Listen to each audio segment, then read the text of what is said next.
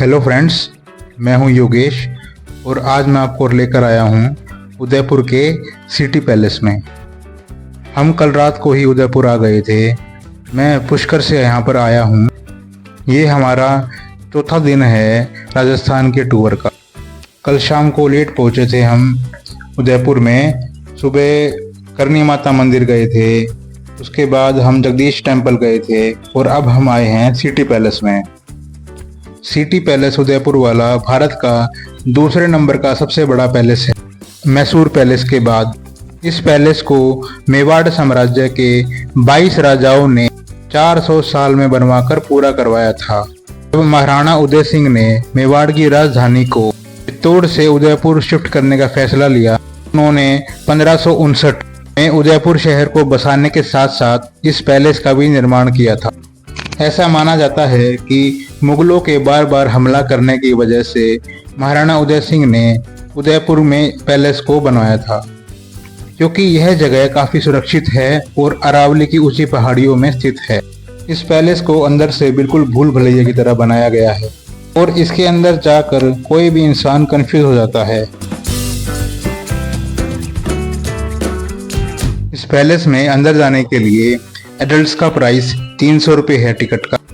5 साल से ऊपर और 18 साल से तक का प्राइस 100 रुपये है।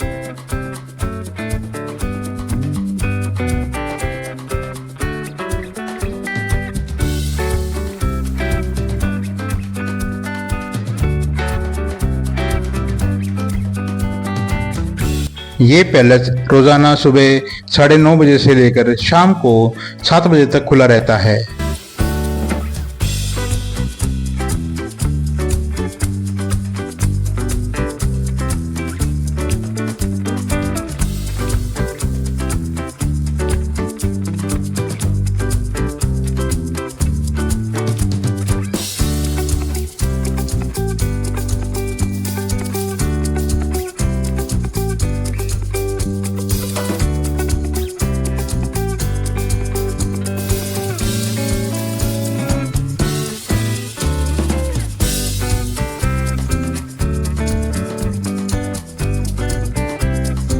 तो चलिए आपको लेकर चलता हूँ सिटी पैलेस ऑफ उदयपुर में और इसकी ऐतिहासिक जानकारी आपको दूंगा।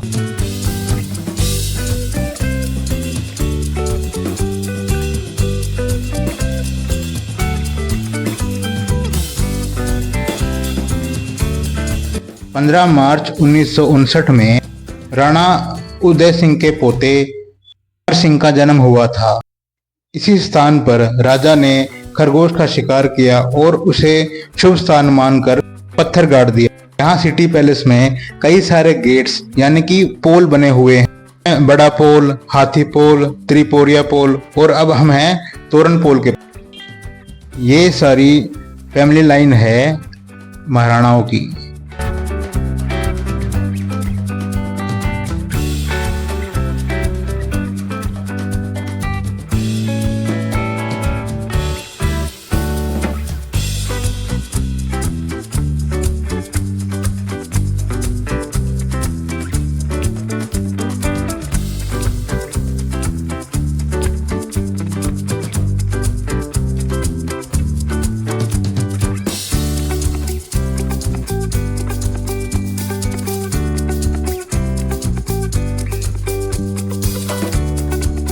अब हम जा रहे हैं आर्म्स एंड आर्मरी एग्जीबिशन में।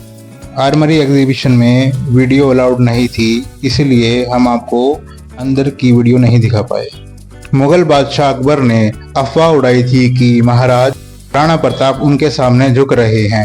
तब बीकानेर के महाराज ने महाराणा प्रताप को पत्र लिखकर चिंता जताई थी।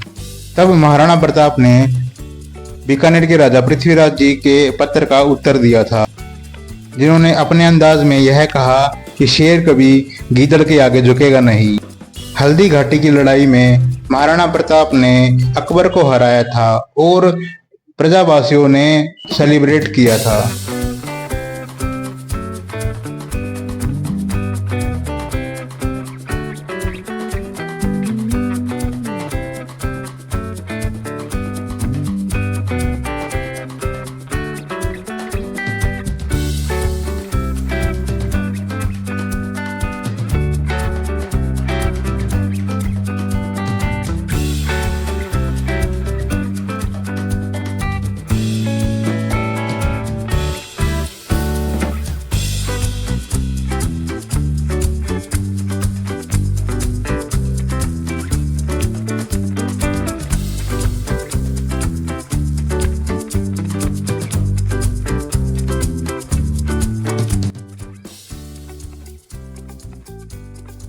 यहाँ पर एक बहुत सुंदर गणेश भगवान की भी मूर्ति है और यहाँ पर उनका मंदिर भी बनाया गया है।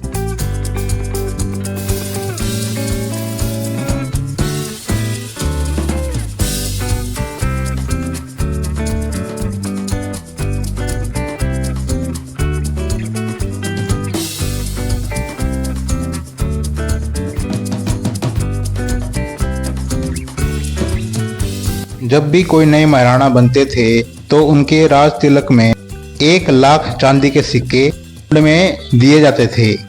उन 1 लाख सिक्कों में से 25,000 सिक्के उसी चौक पर उछाल दिए जाते थे, को आम जनता लूट लिया करती थी। बाकी के जो 75,000 सिक्के थे वो दान पुण्य में लाए जाते थे।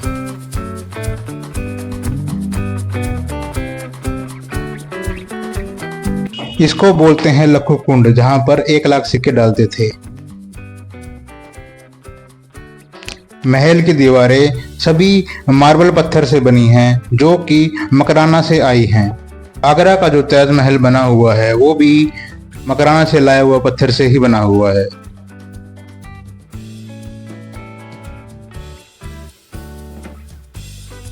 अभी हम इस पैलेस की चौथी मंजिल पर आ गए हैं। आप यहाँ पे नोटिस करेंगे कि यहाँ पर काफी बड़े बड़े पेड़ लगे हुए हैं, जबकि यहाँ थोड़ी सी भी मिट्टी नहीं डाली गई है। तो आप लोग सोच रहे होंगे कि चौथी मंजिल पर बिना मिट्टी के ये सभी पेड़ कैसे होगा। ये जो पूरा एरिया आप देख रहे हैं ये सब एक पहाड़ी की चोटी पर है, यानी अभी हम इस हिल की टॉप पे खड़े हुए हैं। इन सभी पेड़ों की जड़ें पहाड़ी के अंदर गई हुई हैं। यहाँ इस पूरे हिस्से के नीचे कोई भी कमरा नहीं बना हुआ है। यहीं इस पहाड़ी पर राजाओं के नहाने के लिए एक स्विमिंग पूल भी बनाया गया था। आर्किटेक्चर का कमाल देखिए आप, पहाड़ भी बचा दिया, स्विमिंग पूल भी बना दिया और यहाँ पर पेड़ भी लगा दिए।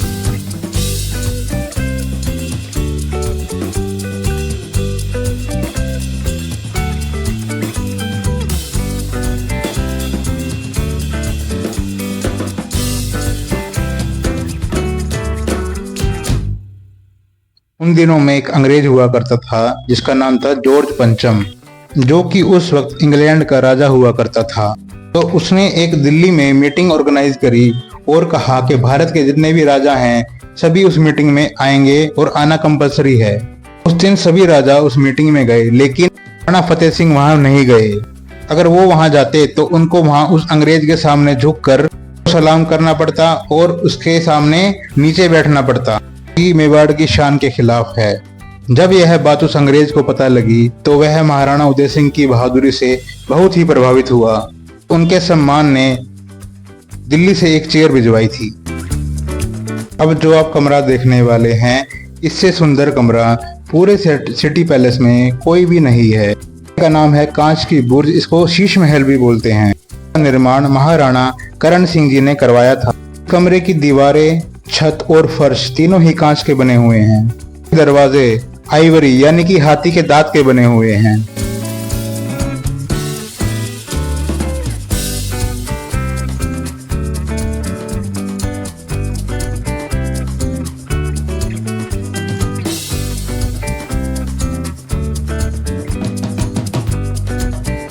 यह रास्ता इतना नैरो इसलिए बनाया गया है, अगर हमले के वक्त अगर ज़्यादा लोग लाइन में यहाँ पर हमला नहीं कर पाए, सिर्फ नैरो लॉबी में बस 1 या 2 बंदे ही चल सकते हैं।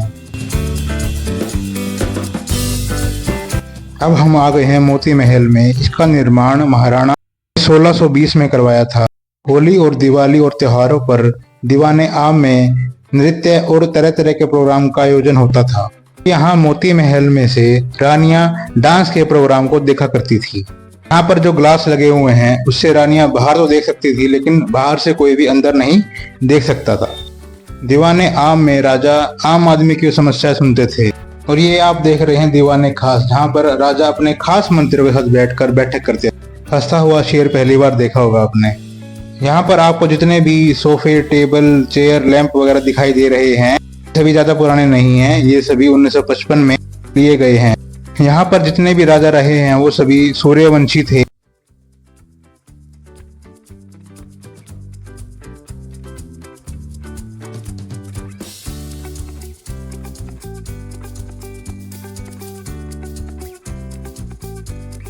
ये जो बेड रखा हुआ है ये चांदी का बेड है। ये रूम जो बिल्कुल साधारण सा है ये विडो रानियों के लिए होता था, सिंपल सा, बिना किसी चमक धमक के।